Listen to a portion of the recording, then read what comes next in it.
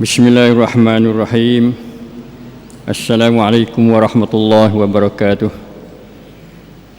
Innal hamdalillah nahmaduhu wa nasta'inuhu wa nastaghfiruhu wa nastahdihi wa na'udzu billahi min shururi anfusina wa min sayyiati a'malina. Man yahdihillahu fala mudilla lahu wa man yudlil fala hadiya lahu.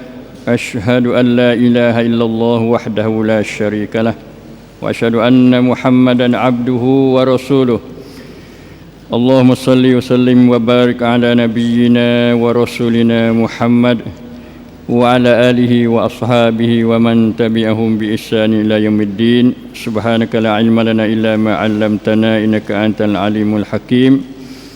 Allahumma zidna imanan sadiqa wa ilman nafi'a wa amalan salihan mutaqabbala wa rizqan halalan tayyiba. Rabbana la tuzigh qulubana ba'da idh hadaytana wa hab lana min ladunka rahmah innaka antal wahhab. Rabbana zalamna anfusana wa lam taghfir lana wa tarhamna lanakunanna minal khasirin. Rabbana atina fid dunya hasanah wa fil akhirati hasanah wa qina azabannar. Amma ba'du. Alhamdulillah, syukur dan puji kita kepada Allah Subhanahu wa taala. Pusingan yang kedua bagai ganti tuan guru kerana pergi untuk menyampaikan pelajaran pengajaran di Setu pada pagi ini. Maka insya-Allah selepas pada kita belajar Al-Quran dan tafsirnya, insya-Allah kita belajar hadis hari ini. Nah, hadis yang akan dikemukakan kepada kita hari ini sakut paut dengan kelebihan belajar hadis Nabi sallallahu alaihi wasallam. Hadis Nabi, sebelum ada kita nak masuk hadis, mari kita kenal sikit hadis atau sunnah Nabi sallallahu alaihi wasallam. Sunnah Nabi tidak syak lagi menjadi sumber tempat ambil bagi semua ajaran Islam kita. Sama ada ajaran di segi hukum hakam, ajaran di segi akidah, ajaran di segi akhlak, ajaran di segi apa pun. Maka sunnah mengambil tempat yang kedua selepas daripada Al-Quranul Karim. Siapa-siapa yang menolak akan sunnah berarti yang menolak al-Islam itu sendiri. Kerana Islam asasnya ialah Al-Quran dan sunnah. Tak memadai kalau kita hanya merasa bermegah-megah dengan Al-Quran saja, atau kita hanya ambil berat dengan Quran saja, atau kita hanya menerima hukum daripada Quran saja, maka artinya Islam kita tidak sempurna. Kerana kesempurnaan Islam adalah terhenti di atas wahyu Allah Subhanahu wa taala. Maka wahyu Allah ada dua jenis atau dua perkara. Satunya dipanggil Al-Quran, iaitu wahyun matluun, wahyu yang dibaca, yang diguna baca dalam Al-Quranul Karim. Yang kedua, wahyun ghairu matluwin, iaitu wahyu yang tidak dibaca dalam ibadat kita, iaitu daripada semaya kita. Itu kedudukan sunnah secara kasar-kasar, yang mana kita pun sudah beramal dengan sunnah-sunnah Nabi, baik dari segi hukum maupun dari segi fadilat-fadilat. Kalau hukum adalah sangat banyak diambil daripada sunnah Nabi kita sallallahu alaihi wasallam. Macam semaya saja kita tahu dah, katanya dalam Quran tidak disebut secara tafsil, secara detail, secara lain, tak ada dalam Quran. Ayat baca gapo rati, berapa rakaat semaya subuh, berapa rakaat semaya zuhur, berapa rakaat semaya asar, berapa rakaat, tak ada sebut dalam Quran. Dan rakaat pun secara amali tak ada sebut, cuma umum-umum gitu ya. Cara itu, warka'u ma'ar raki'in, hendaklah kamu rakaat bersama-sama orang rakaat. Lagu mana rakaat, cara rakaat, maka tidak disebut dalam Al-Quran. Bahkan Nabi dia buat contoh, tunjuk kepada umat dia melalui hadis Nabi, yang mula daripada hadis katanya wasallu kama raaitumuni usalli. Semayalah kamu sebagaimana kamu lihat aku semaya.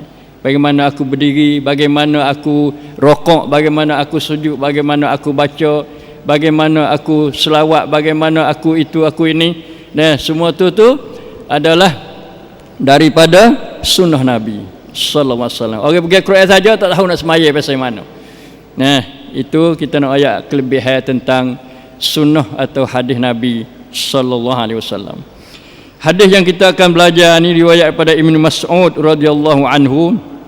Sabda Nabi sallallahu alaihi wasallam, "Naddarallahu amran sami'a maqali fa wa'aha wa hafizaha wa ballaghaha farubba hamilin fikhin ila man huwa afkah minhu thalathun la yughillu alaihinna qalbu muslim ikhlasul amal lillah wa munasahatu a'immatil muslimin wa luzumu jama'atihim fa inna da'wah tuhitu min waraihim." Hadis ini hadis sahih riwayat oleh Ahmad, Ibnu Majah dan Hakim dan dimuatkan oleh Albani dalam Sahih Al-Jami' nombor atau rakamnya 1760. Maksud dianya Allah Ta'ala telah menyerikan. Naddara ni makna memberi cahaya atau membuat sesuatu perkara tu berseri-seri, nampak gewe, nampak bersinar, itu panggil naddara. Nah, goliknya dipakai pada muka yang berseri panggil nadrah. Dalam Al-Quranul Karim dalam suratul Qiyamah. Nah, kalla bal tuhibbunal ajilah wa tazarunal akhirah wujuhun yawma idzin nadirah. Wujuhun yawma idzin nadirah. Daripada nadara ni lah. Nah, muka-muka mereka itu pada hari itu, iaitu pada hari kiamat, nadiratun berseri-seri, nampak bercahaya, ila rabbiha nazirah, dan kepada Tuhan mereka boleh tengok, melihat.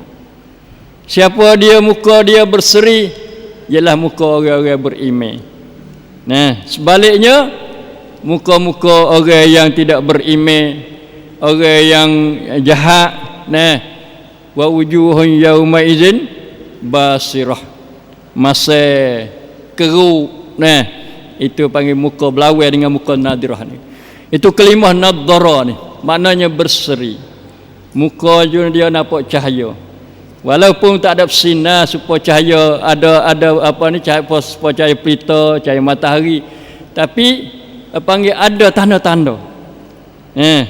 Kita selalu dengar bila kita jumpa dengan orang hak peseng, orang molek, orang comel, orang rajin buat ibadat, dari itu orang berjuru, orang benar, kita tengok muka dia tak serupa dengan muka orang lain.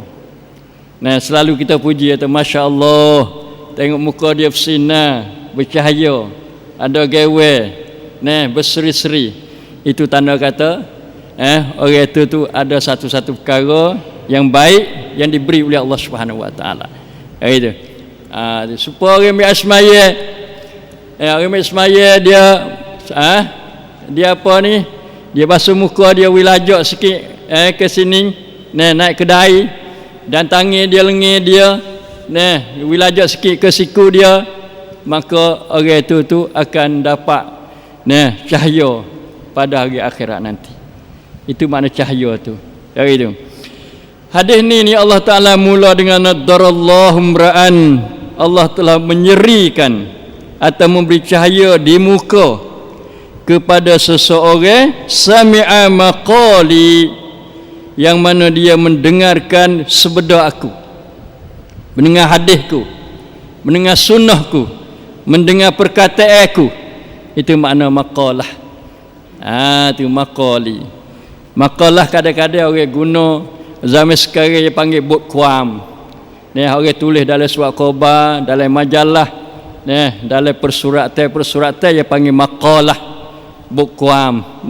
Satu-satu tajuk yang dia bicara, yang bukan kitab ni besar, tapi maqalah ni panggil tak lebih pada 15 muka, 20 muka, dia panggil maqalah juga. Makna asalnya qala itulah daripada berkata. Itu. Tu. Bawa'aha, dia dengar, kemudian dia tu faham.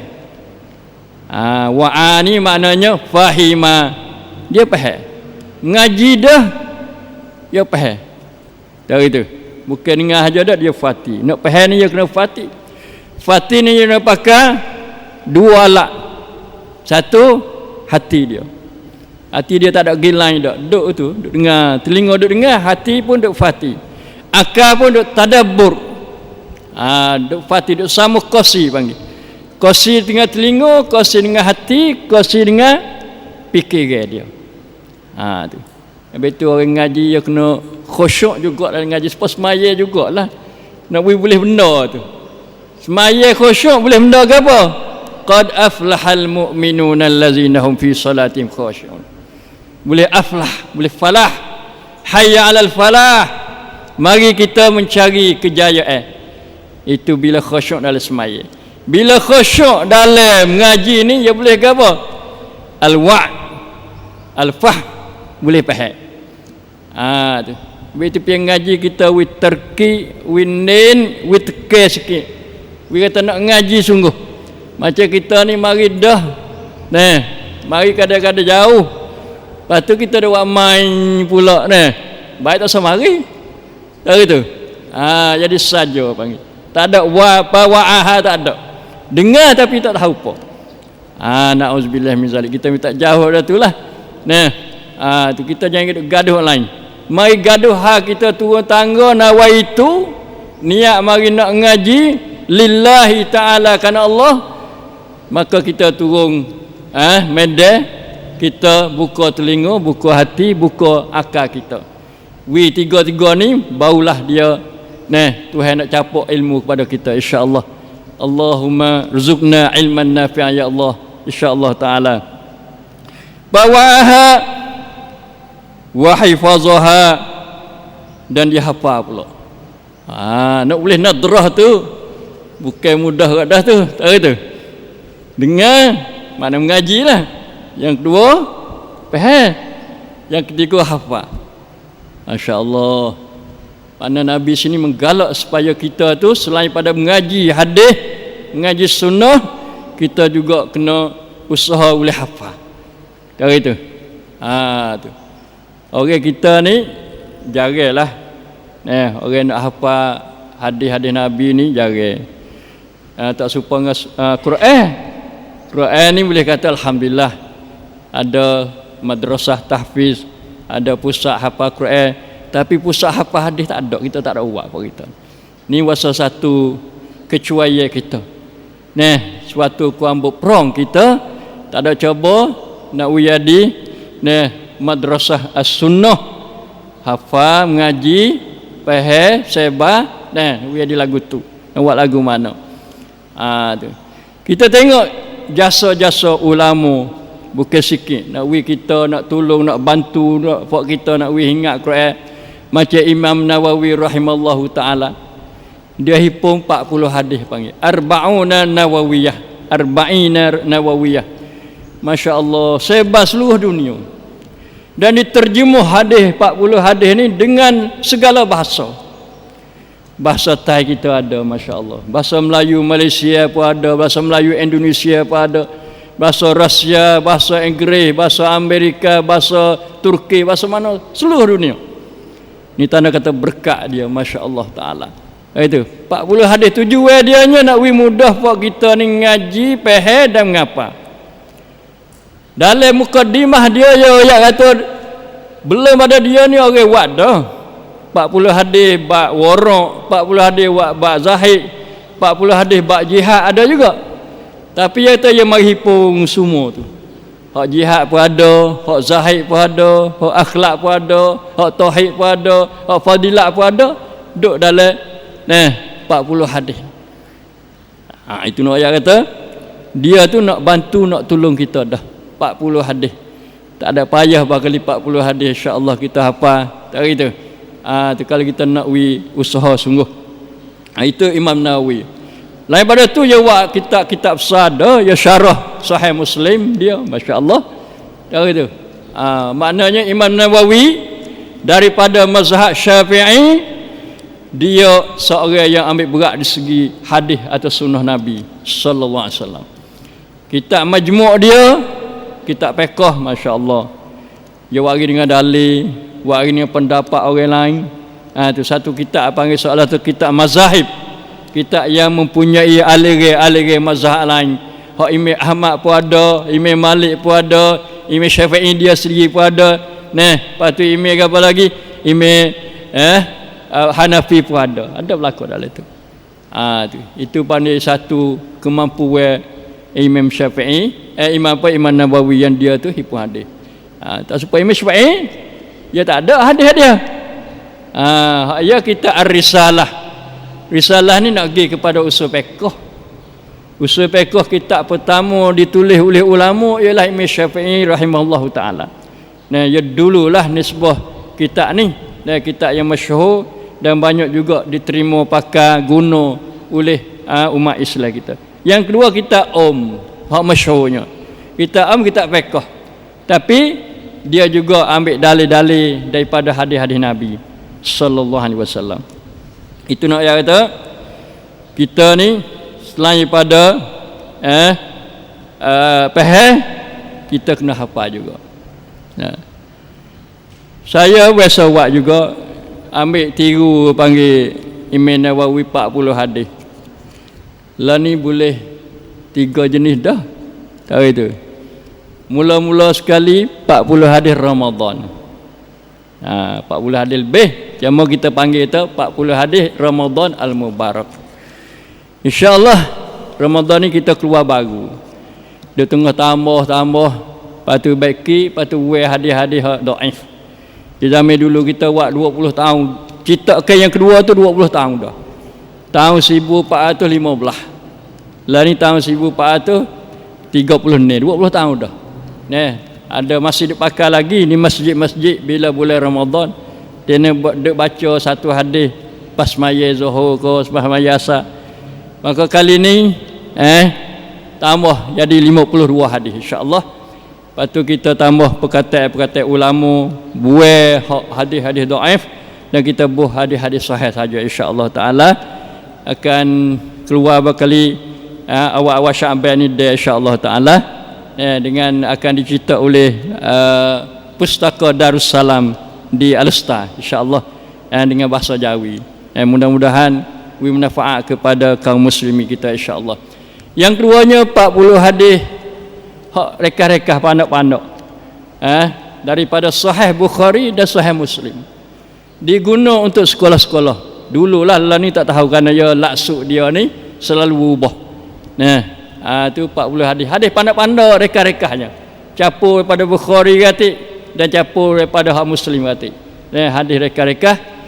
Yang ketiganya 40 hadis pembinaan keluarga dan masyarakat cemerlang. Itu dengan bahasa Thai lah. Kita wari hadis, lepas tu terjemah bahasa Sia, lepas tu wari apa yang kita dapat ambil faedah daripada hadis-hadis 40 hadis tu.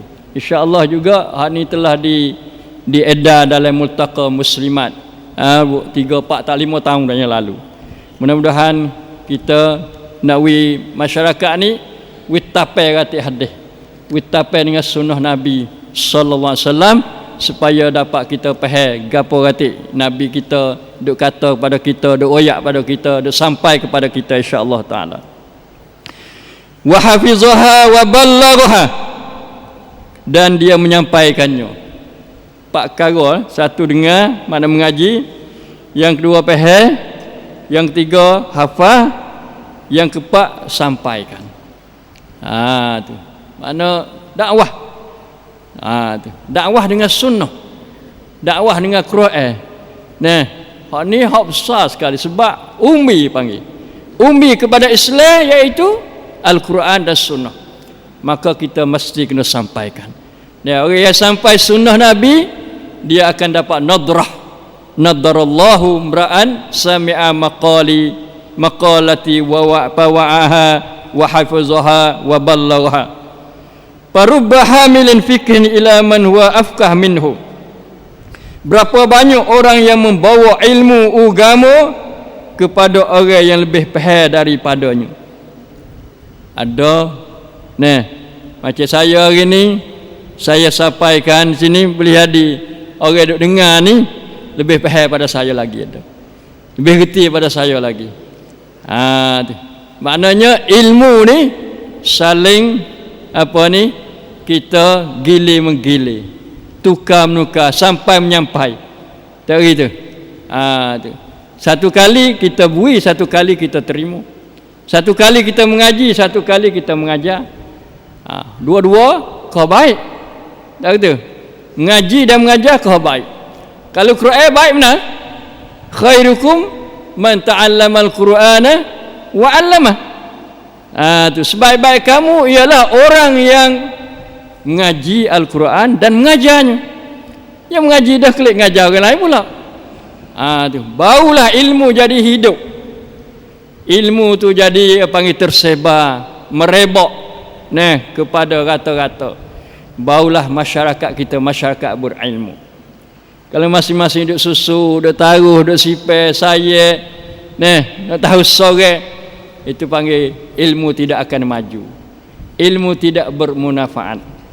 Sebab tu Nabi dia ayat ada kita, seseorang yang mati in qata'a amaluhu illa min sadaqatin jariyatin wa ilmin nafi'in, ya ilmin yuntafa'u bihi wa waladin salihin yad'u. Tiga-tiga amalan ini berhubungan dengan sapa kepada orang lain berlaku. Sedekah jariah untuk siapa? Untuk orang buat hospital misalnya, untuk nak rawat orang sakit, nak uya orang sakit panggil dapat belak rawat teh ubat gitu. Buat telaga tujuannya nak orang boleh minum air. Buat sekolah tujuan nak orang boleh ngaji. Wakaf buat masjid tujuan nak boleh orang buat ibadat, semaya Jumaat tu utamanya, iktikaf, zikir, buat mengaji dan sebagainya. Pendek kata amalan yang panggil sampai kepada orang lain. Orang lain boleh ambil faedah. Ilmun yuntafa'u bihi, bukan ilmu nafi'. Ilmu kadang-kadang nafi' li nafsihi. Ilmu yang memberi faedah tapi untuk diri dia saja. Tapi kalau ilmu yuntafa'u bihi, ilmu yang diambil faedah dengannya, mana orang lain boleh ambil faedah, bermanfaat dengan dia. Tu. Wa kita azkar, pagi-pagi, masya-Allah. Orang ni baca, sejid tu baca, rumah tu baca, keluarga tu baca, sekolah tu baca, pondok tu baca. Oh hebat. Macam syekh kita, azkar dia lah ni tak ada putus-putus lagi. Orang nak buat menikah pun beli azkar. 100, 200, buat camruai, buat apa ni? Buat hadiah. Tu. Walaupun dia tak baca, ada dah pun tak apa. Kekurangannya dia hadiah pada orang lain pula. Ingat dah pun tak apa. Kekurangan kita hadiah. Hak ada rumah lebih-lebih buat kita hadiah kat orang lain. Jangan duk taruh buat sipir buah lemari jangan. Azkar pokok ya tinggi 10 kau. Nekok 7 kau, 5 kau. Ambil hak lebih, hak 12 orang pergi kita pergi makan pulut orang, pergi 4 wali 5 orang wi. Ambil kita ingat dah atau kita ada dah, kita hadiah sedekah pada orang lain. Jadi jariah. Masya-Allah, mengalir masya-Allah. Masa hidup pun mengalir, masa mati pun mengalir. Mengalir pahala lah, bukan mengalir yang lain dak, masya-Allah. Begitu juga waladun salihun yad'u lahu. Anak yang soleh ya kait dengan apa? Yad'u lahu, yang sentiasa berdoa kepada insan hak mati itu. Ayah dia lah, ibu dia. Kalau soleh saja, molek semaya rajin, masya-Allah. Baca Quran, hafiz Quran, ngaji habis kelas 10, kelas BBA, habis doktor, habis apa. Tapi soleh untuk dia, tak cara pak je. Pak yang mati pun tak ada doa untuk pak je. Tak mengalir panggil, tak mengalir. Kebaikan yang ada pada dia, kealiman, ilmu yang ada pada dia, kepahaman dia kepada agama, tapi tak mengalir pada orang lain. Habis itu Nabi kata, yad'u lahu. Ia sentiasa berdoa untuknya. Tu. Jadi anak yang soleh tapi ia boleh beri kesolehan dia kepada ayah dia, bapa dia. Ini nak ayat kata, kadang-kadang orang yang alim, orang dengar orang timur lebih alim pada tu. Pada dia lagi. Imam Syafi'i masya-Allah pergi ngaji Muwatta dengan Imam Malik. Imam Malik tengok perih mula-mula. Budak lagi. So baca kitab Muwatta dia. Kitab Muwatta ni kitab yang campur antara sunnah dengan fiqh. Kitab mula-mula sepatutnya fiqh sunnah, soalan atas kitab Muwatta ni lah. Imam Malik di Madinah. Boswa Imam Syafi'i baca, masya-Allah, cerdik. Cerdik lebih ada tok guru lagi ada. Barulah percaya, barulah yakin, barulah harap kata, oh masya-Allah anak murid dia ni pandai. Pada tu suruh baca semua. Itu panggil tak ada masalah. Kadang ada tok guru ngaji dengan anak murid. Tu banyak. Macam sekolah-sekolah. Guru duk ngajar di sekolah, anak murid duk ngaji. Boleh ngajar di PK universiti. Tok guru ni hendak ngajar dia di sekolah ni, pergi ngaji di universiti pula. Nak hubung pula. Lah ni ada ke apa kurang kapisai. Misal guru dulu ya habis sanawi ya di sekolah. Faham budak hak duk jadi guru di universiti ni yang ngaji kecil-kecil lagi. Ngaji dengan tok guru dia. Lepas dah tu dia ngaji tinggi, boleh MA, boleh BA, boleh doktor, pergi ngajar di mahasiswa. Tok guru dia di sekolah ni nak ngaji tambah, nak boleh BA, nak buat mana. Kena pergi ngaji dengan anak murid dia pula.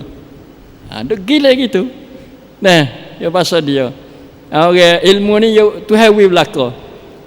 Pada siapa dia yang kehendak, yang Allah mahu kebaikan kepada dia. Sebab tu Nabi sallallahu alaihi wasallam dia kata, "May yuridillahu bi khairan yufaqihu fid din."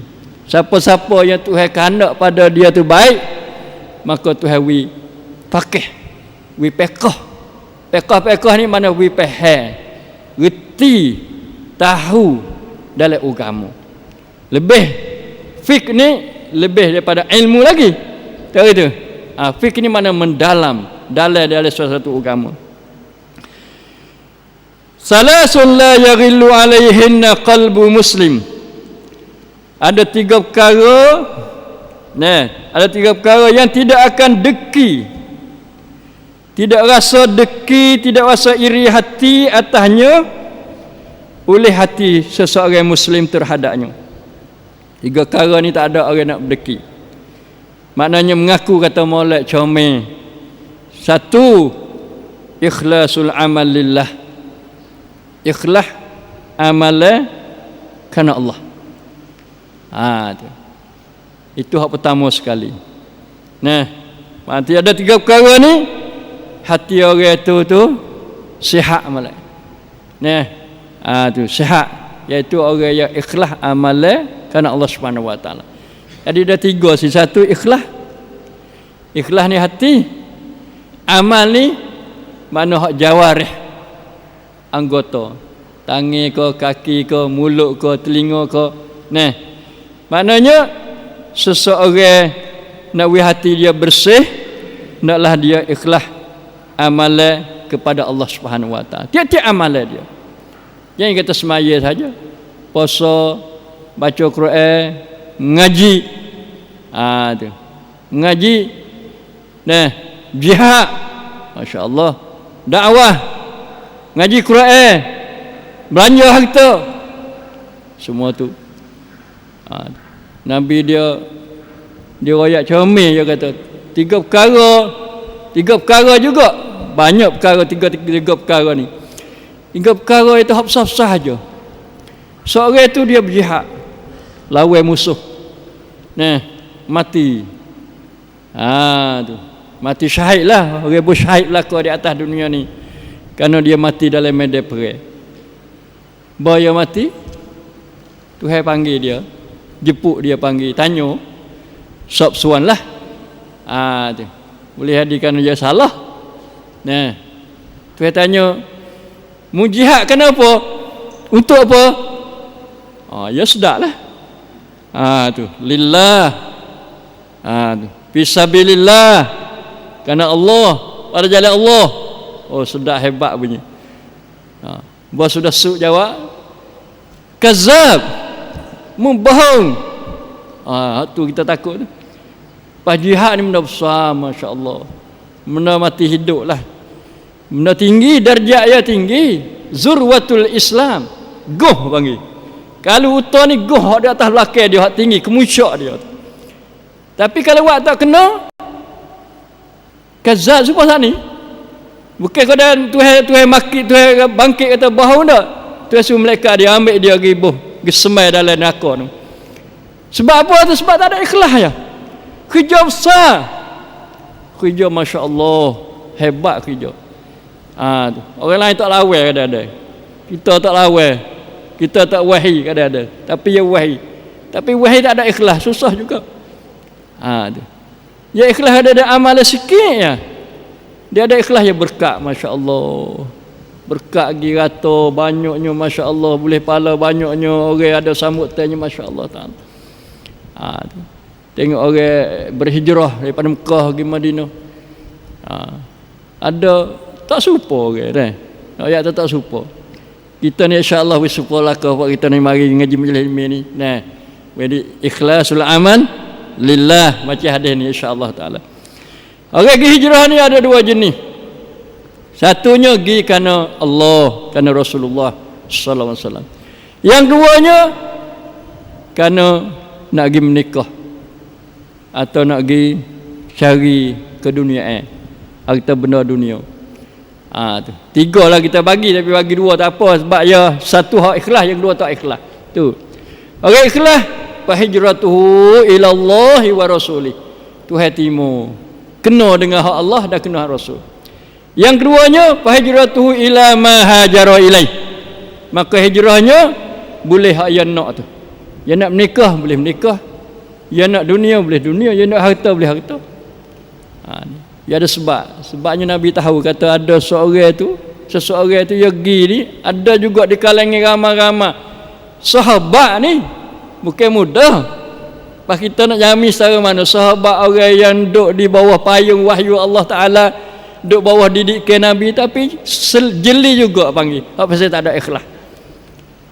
Seorang tu nak pergi menikah. Duk tunai dah di Mekah, nak pergi menikah di Madinah. Tak boleh ke menikah? Haram ke menikah? Boleh, masyru', sunnah. Sunnatul anbiya, sunnah nabi-nabi, semua nabi nikah belaka. Nabi andai tak ada bini, Tuhan beri bini ke dia tu. Ayat atas sunnah. Tapi kerana kerja ni kerja lain. Kerja pergi hijrah, dia capur apa dengan hak menikah ni. Tu. Nikah lepas tu pun boleh. Hak dunia kau kira dulu. Dia kita untuk akhirat, untuk Nabi, ikhlas yang mari dunia. Cari tu. Itu nak ayat kata ikhlasul amal lillah ni besar, bukan mudah. Masuk oleh ahsanu amala. Allazi khalaqal mauta wal hayata liyabluwakum ayyukum ahsanu amala. Akhlasuhu wa aswabuhu. Yang paling ikhlasnya dan yang paling betul dengan sunnah Nabi sallallahu alaihi wasallam. Itu pertama. Yang keduanya wa munasahatu a'immatil muslimin, menasihati akan pemimpin-pemimpin orang Islam. Satu perkara yang besar juga. Nasihat. Ad-dinun nasihat. Asah dalam agama. Supaya dengan al-hajju Arafah. Supaya tu. Tak pergi Arafah, buat haji tak ada wukuf di Arafah, saja haji. Klik saja, tak ada boleh haji. Tu. Agama tak ada nasihat, agama yang tak sempurna, agama tak cukup. Kerana agama tu kena berdasar kepada an-nasihat, kena nasihat. Sebab tu salah satu orang yang kita nak nasihat ni, nasihat asal mana bersih. Itu sebab hadis ad-din nasihat lillah ni maknanya kita tauhid pada Allah. bersih hati pada Allah, ikhlas pada Allah. Nah, yang kepada Rasulullah kita turut mutabaah dia. Kepada imam-imam muslimin ni maknanya kita sentiasa wi nasihat. Nasihat ni tak mesti kata kita kata ke dia. Tahu tu? Tu kita royak benda baik. Royak hak baik saja. Jangan duk tik hak benda hak tak molek, boleh. Tahu itu? Tu. Jadi hadis ni betul ni ia jaga kita takut bila pemimpin orang-orang Islam tu buat salah, kita tu bangun berotak dia, deraka pada dia, melakukan kekerasan kepada dia. Ini dilarang dalam Islam. Sebaik-baiknya iaitu nasihat. Sama ada dengan mulut sendiri, melalui orang, melalui surat, atau melalui apa-apa kemudahan yang nak sapa nasihat kepada dia. Itu sebaik-baik jalan untuk nak membetulkan perjalanan aimatil muslimin atau imam-imam orang-orang Islam. Imam ni mana pemimpin lah, bukan imam dalam semaya. Imam semaya suku. Ini pemimpin kalau zaman awal-awal panggil khalifah. Khalifah Abu Bakar, Khalifah Umar, Khalifah Uthman, Khalifah Ali. Lepas ada tu mari kelima Amirul Mukminin. Mula di Umar radhiyallahu anhu. Lepas tu mula mari imam. Imam ni mari masa Ali radhiyallahu anhu. Semua tiga-tiga tu khalifah baik, amir baik, imam baik, gelar kepada pemimpin orang-orang Islam. Yang dia tanggungjawab dua perkara. Satu, untuk nak siasati dunia, wa hirasati din, untuk nak urus, nak catkan, nak berihan ke dunia dan nak jaga agama. Itu tugas hak kesimpulan tugas bagi seorang pemimpin Islam. Mana-mana sepatu juga. Kalau zaman kita pun sepatu juga. Kena ada dua ni. Iaitu nak uruh ke dunia orang Islam dan nak sempurna jaga agama, takut menyeleweng. Kalau ada fok mana duk keluar daripada agama, fok mana yang dia tu panggil akidah dia tak betul, dia kena jaga, kena tengok molek. Tu sesungguh negeri dia buat molek. Macam Malaysia kita kata, hak kita tahu, ya waktu ber undang-undang haram ajaran sesat dia panggil. Tu. Kalau dia buat benda yang masuk dalam ajaran sesat, maka dengan undang-undang dia boleh panggil mengharamkan, boleh ambil tindakan terhadap orang yang buat benda kesesatan tu. Begitu, walau begitu pun masih banyak lagi timbul. Dia ada undang-undang dah warning lagi. Dia buat ajaran sesat. Kalau kadang waktu baik kata dia ayat kata dia Tuhan Harun, Tuhan Musa, macam-macam. Dia Tuhan segala agama, ada juga di Malaysia. Tu banyak ajaran sesat. Sama ada ajaran batiniyah atau ajaran panggil yang pakai ajaran yang bukan daripada ajaran Allah Subhanahu Wa Taala dan sunnah Nabi sallallahu alaihi wasallam. Itu kepentingan munasahatul aimatil muslimin. Kena ada.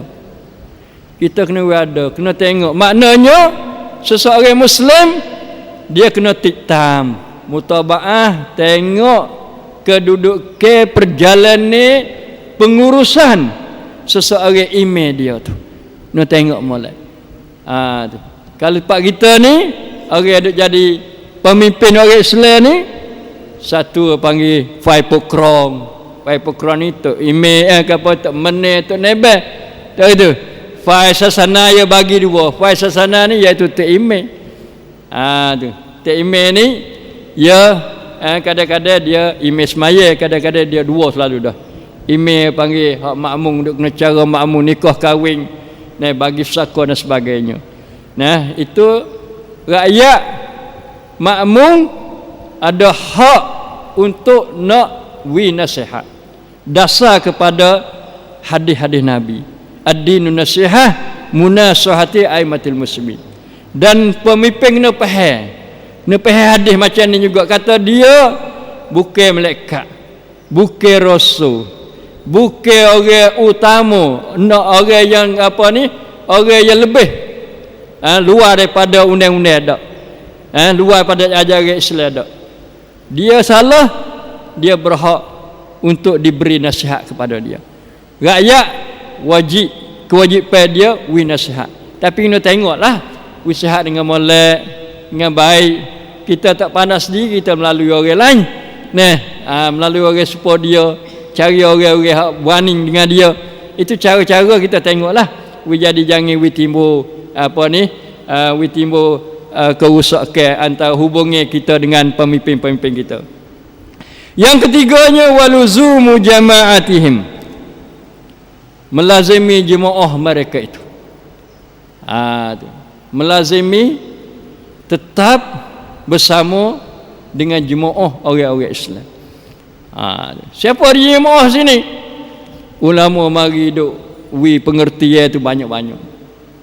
Sungguh katanya hak terbanyak tu, orang terbanyak di kalangan orang-orang Islam itulah panggil satu jemaah. Ada juga katanya jemaah sini iaitu ulama-ulama dan ahli ijtihad, mujtahidun. Itulah panggil jemaah mereka itu. Itu. Yang tiganya jemaah yang mempunyai manhaj, cara yang selaras dengan ajaran Allah Subhanahu Wa Taala.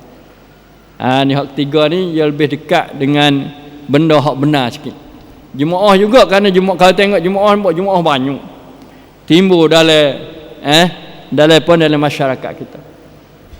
Tu macam timbul di mana, di negeri-negeri Arab sepatu juga timbul semacam di Jamil lah ni, pergi negeri-negeri Arab dogi hatai apa jamaah Hausi, satu gerak ke Syiah Zaidiyah, yang asal Zaidiyah, yang mana dia tu nak menguasai negeri Yaman dengan cara kerah, cara senjata, cara panggil pergi berotak. Maka negeri-negeri Arab lain tengok wasa-wasa bahaya kepada jiran-jiran dia, dan bahaya negeri Yaman sendiri. Negeri Yaman negeri susah, miskin, ya Allah. Lepas tu dia berlaku peperangan, pergaduhan, perbalahan pula, jadi panggil kau tambah teruk lagi. Sebab tu jemaah ni kena tengok juga jemaah pasal mana. Hak kita nak luzum, hak kita nak gibuh diri kita, nak masuk jadi semacik dia. Tu nak jemaah hak benar kita kena cari lagu mana sifat-sifat dia. Ia buat kerja gapo hati, untuk gapo hati, kita kena tengok. Lepas tu kita kena lazim iltizam diri kita dengan dia. Tu. Yang keduanya maknanya kita kena kerja pasal tim panggil. Kerja pengklum, kerja pasal jemaah, secara jemaah. Kerja apa-apa ni kerja sore walaupun jaya, tapi panggil jaya yang tidak sebenar. Lebih lagi zaman ni zaman yang banyak kejahatan, maksiatnya, kepermusuhannya, perancangan-perancangan jahat terhadap umat Islam ni banyak. Bukan kadar lokal, bukan pada tempatan dunia. Dia sepakat untuk nak menghatamkan umat Islam dan merosakkan Islam. Pasal kita kerja sore tak arah nak lawan, tak arah nak tepih. Tu tak arah nak jaga. Lah ni je bagi kita tengok lah ni, anak-anak kita pun tak arah nak jaga dah. Seolah-olah kita akik tangi dua-dua dah lah ni. Masalah dadah ada. Timbul oleh kapal lah ni duk senyap. Ibu bapa tak arah nak buat dah. Habis rain dah. Orang lain nak tolong pun tak warning, tak kuasa, tak padai, macam-macam. Pas nak kerja sore, nak pergi pergi sore, nak pergi lawan sore, nak pergi hapus sore, nak pergi perap sore, tak lagi. Dia ada kerekai, dia ada jaringan, dia ada puak, dia ada toke, dia ada anak tangi, macam-macam. Pas kita nak lawan sore, ubah kita, ubah. Sebab itu kena luzumul jamaah, kena duduk dengan jamaah. Tu jamaah al-haq, jamaah yang sebenar. Tujuannya kerana kita nak mati. Duk apa dengan hak batil, duk apa dengan hak palsu, duk apa nak tak kena. Kita nak mati dalam pelesu, mati dalam batil, mati dalam rusak, mati dalam tak kena. Rugi kita. Tak gitu. Sebab kita tak tahu kita nak mati bila. Sebab tu kita kena kerja penting. Kerja berjamaah. Duduk secara berjamaah. Nabi SAW juga kata, bila kamu tu musafir 3 orang, adalah kamu latih seorang amir. Tu seorang ketua lah. Tujuannya nak jadi berjamaah, bukan masing-masing. Dia mula tahu aku nak semaya kosa aku nak semaya jamu aku nak semaya tamam mai sepenuh. Jadi tak serupa. Gi 3 orang dah tapi buat tak serupa. Sepakat. Siapa dia layak jadi amir, layak jadi ketua, kita pilih dia. Dengan sifat-sifat dia tertentu yang dia ada kemampuan untuk nak pimpin kita. Maka dia pun kena syura kewajipan dia. Nak wuti mana kalau musafir, nak makan nasi mana, nak semaya mana, nak jamak takhir ke, atau nak jamak takdim ke, itu terserah kepada syura di kalangan jemaah yang dipimpin oleh seorang amir atau seorang ketua. Islam ni masya-Allah ajar supaya tersusun baik. Sebab al-jamaah rahmah.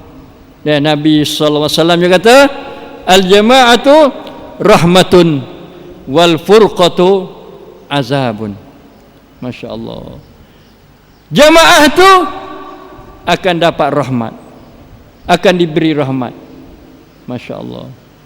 Lepas tu pula wal furqatu, bercerai, berpecah masing-masing, azabun, azab. Azab yang kita kira tu di akhirat saja. Dunia ni ada dah azab.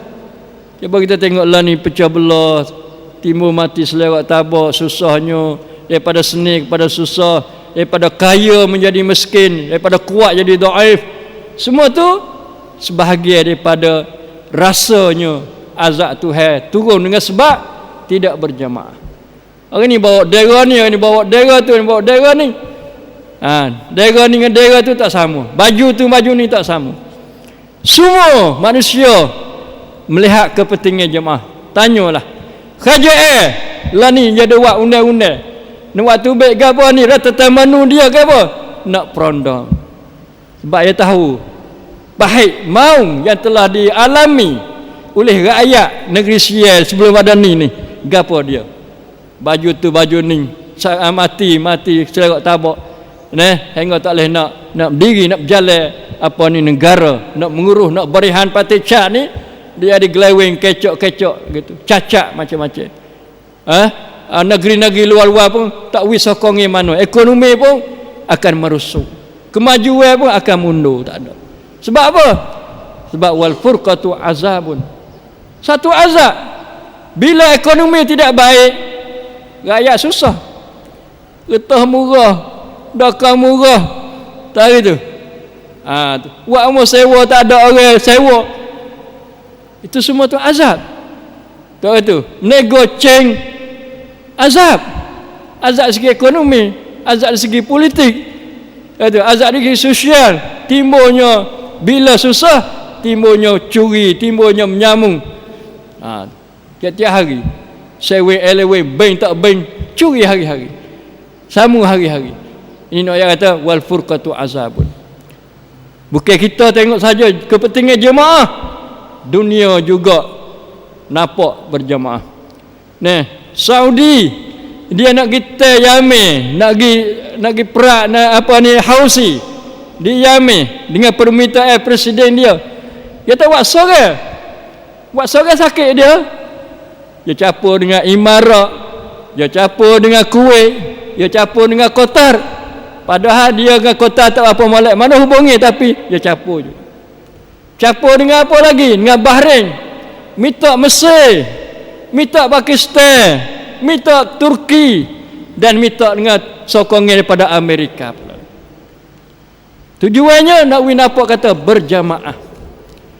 Ada rahmat, ada kuah, ada kekuatan. Itu tak ada. Houthi walaupun nampak stupuk, tapi dia ada hubungi jaringnya dia, terutama ibu dia, ibu Hafsah dia tu. Ibu Syiah dia Hafsah tu. Duk sokong di belakangnya dan negeri-negeri hak duk sokong dia. Banyak, bukan mudah. Sebab tu kepentingan jamaah tidak syak lagi, maka Islam kita masya-Allah suruh luzum jamaah. Jangan kita pecah, jangan kita nampak cerai-berai. Hak ni masuk dengan ayat Quran kata wa'tasimu bihablillahi jami'a wala tafarraqu. Tak ada apa dah. Kita buat ni kerana berdasar pada Quran. Kita buat ni berdasar pada sunnah Nabi sallallahu alaihi wasallam. Insya-Allah maka akhirnya Nabi kata fa inna da'wah tuhitu min waraihim. Sesungguhnya dakwah, doa, seruan itu akan keliling di belakang mereka. Bila jemaah seorang ni uzur, sakit, orang ni doa, orang ni doa, orang ni doa. Mana keliling orang dia doa ke dia belakang. Tu. Negeri Saudi dia ada apa ni, negeri Perak, Hausi. Orang ni tolong, orang ni hantar mari, hantar apa, hantar surat, ni hantar email, sokong. Seolah tak doa untuk dia dah. Nak berjaya dalam kerja-kerja dia. Itu makna dilikung di belakang dia. Doa satu senjata yang baik. Ad-doa silahul mu'min. Ad-doa mukhul ibadah. Ad-doa huwal ibadah. Sebesar-besar ibadat. Selepas pada semaya, iaitu doa kepada Allah Subhanahu wa taala. Itulah lebih kurang hari ini. Kita dapat belajar satu hadis yang kesimpulannya menggalak supaya kita ni mengaji hadis dan kita faham, kita hafal, serta kita tabligh sampaikan kepada orang lain. Lepas tu galak kita, suruh kita ikhlas dalam amalan, dan kita ada ratik nasihat kepada pemimpin-pemimpin orang Islam, dan juga akhir sekali kita kena melazimi satu-satu jamaah, terutama jamaah yang membawa bendera al-haq yang benar berdasar kepada ajaran Allah Subhanahu wa taala dan ajaran Nabi sallallahu alaihi wasallam. Aqulu qouli hadza wa sallallahu alaihi wasallam wa fawwidu amri lillah innallaha basirun bil ibad wa sallallahu ala nabiyyina Muhammad wa ala alihi washabihi. Wassalamu alaikum warahmatullahi wabarakatuh.